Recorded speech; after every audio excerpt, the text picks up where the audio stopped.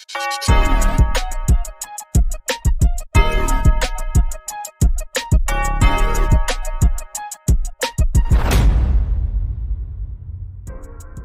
right, y'all. Thank you for tuning in. This is a new SEC podcast. You tuned into a preview of Florida traveling to Oxford to take on the currently number 6 Ole Miss Rebels. Some might be dubbing it the Lane Kiffin Bowl.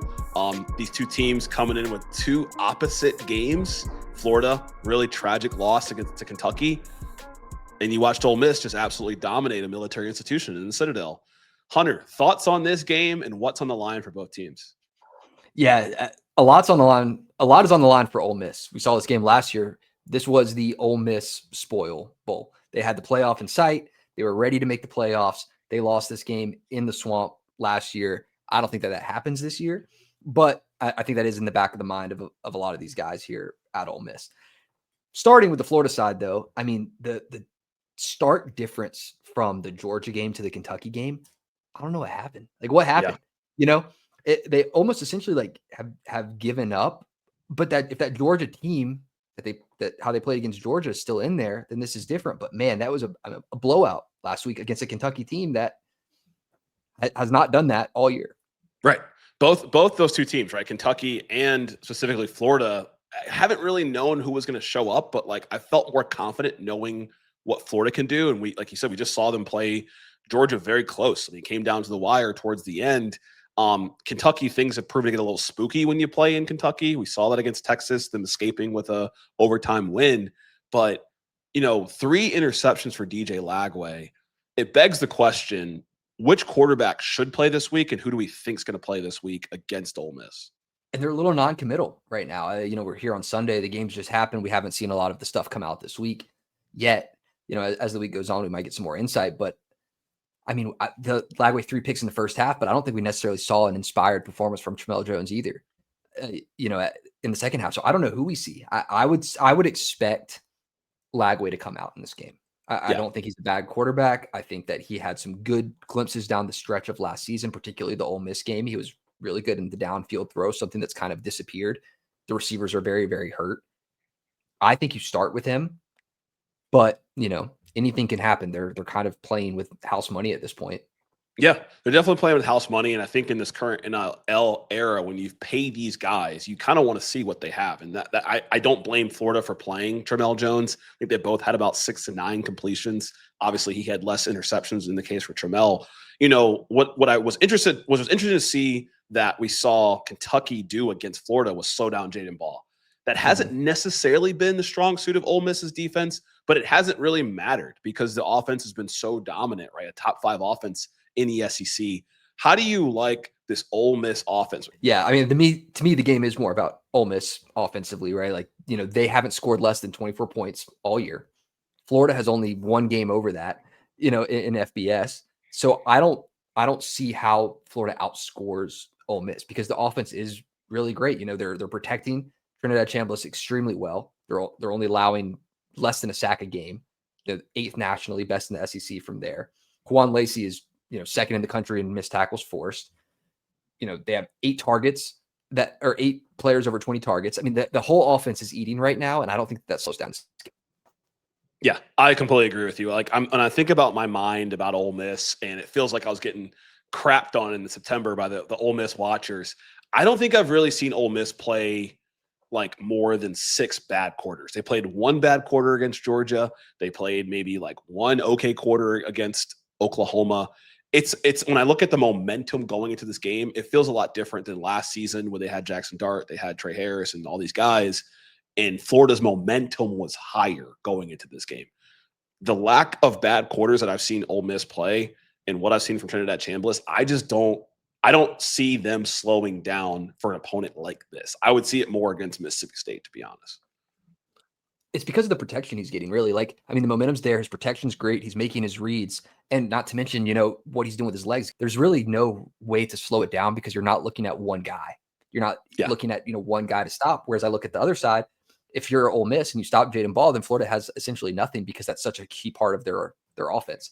So, Ole Miss offense is doing their thing. And I think the Citadel game was a good way to reinstill some game plan confidence coming off of maybe a not so convincing win against South Carolina, where I know even though they won the game, there was some criticism around Trinidad Chambliss in that game and how the game plan shifted a little bit to a more conservative approach because of some missed throws. I think that's back. I think you're back.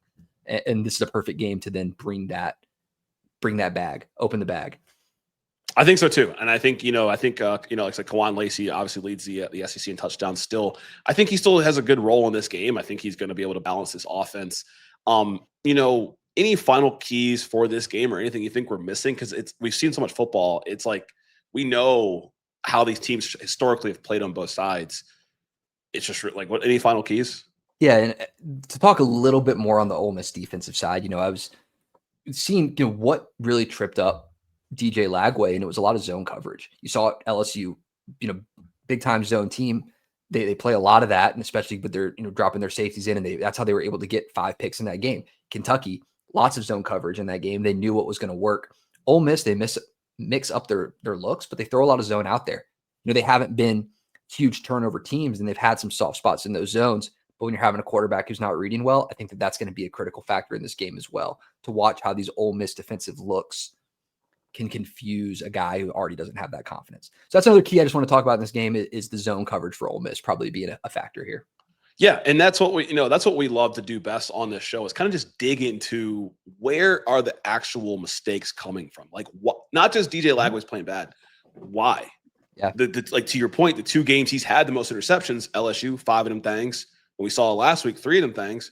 Like it's clearly the look that they show. To your point, it hasn't been necessarily Ole Miss's strong suit for turnovers, not to repeat exactly what you said, but it'll be interesting to see how they match up against them. And I know that Ole Miss has done a decent job creating pressure. We saw that against South Carolina. Do we see more from Xavier this week? Do we see more from that D-line this week and that front 7 with Sunnerine Perkins as well?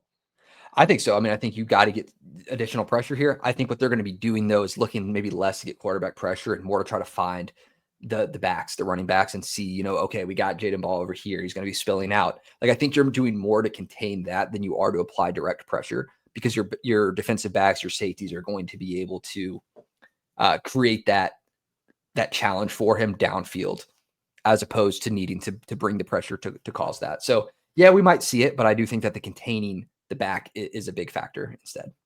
I agree. And the fact that this game is not being played in the Swamp, I also think plays a huge role. Last year was in Florida. Florida's big SEC win this year was in Florida when they played Texas. It's a huge factor here. I don't see Florida winning a game where they have to score more than 28 points. No. No. It's not something that they've shown that they can do. I mean, they don't have the offensive creativity right now, and they don't have the weapons from an injury and an opt-out standpoint, with red shirts right now to be able to have wide receiver weapons to be creative. So if they were to win this game or to be competitive in this game, we're going to need to see at least 100 yards from Jaden Ball. It's kind of like what Xavier Robinson did for Oklahoma against Ole Miss, and that's what kept them in that game is because they brought out a good rushing performance. But defensively for Florida, that's going to be tough. You're looking at Miles Graham, Sharif Denson. You're trying to tackle in space and keep these Ole Miss weapons in front of you. I just don't see it. I got Ole Miss here. Yeah, I got Ole Miss here. I'm going to say 35-21. So I think they will score in this game. But I do like Ole Miss in this one. I got 30-12. Yeah, similar to South Carolina game. Yeah, a little similar there. I see the matchup being somewhat similar. You have, the profile. Lagway and Sellers were 2 of the quarterbacks coming into the season that were very highly talked about, that have been a little bit maybe let down with their own arm, but also with the receiver weapons that they have. The O-line has been better for Florida, so not to completely compare the two, but right now, Ole Miss, they're in the driver's seat for their season and what they need to be doing, and I don't see them making the mistake that they did last year and slipping up this close to the finish line. Same here. And so it should be an interesting one. It's going to be at 7 p.m. Eastern on ESPN. Hopefully YouTube TV's got everything right. I've been on the Fubo trial this past week, or maybe next week I'll do the Direct TV trial. I'm holding out. ESPN ain't going to get me. No. But, it'll be a fun one to watch. Any last thoughts? And otherwise we'll wrap up.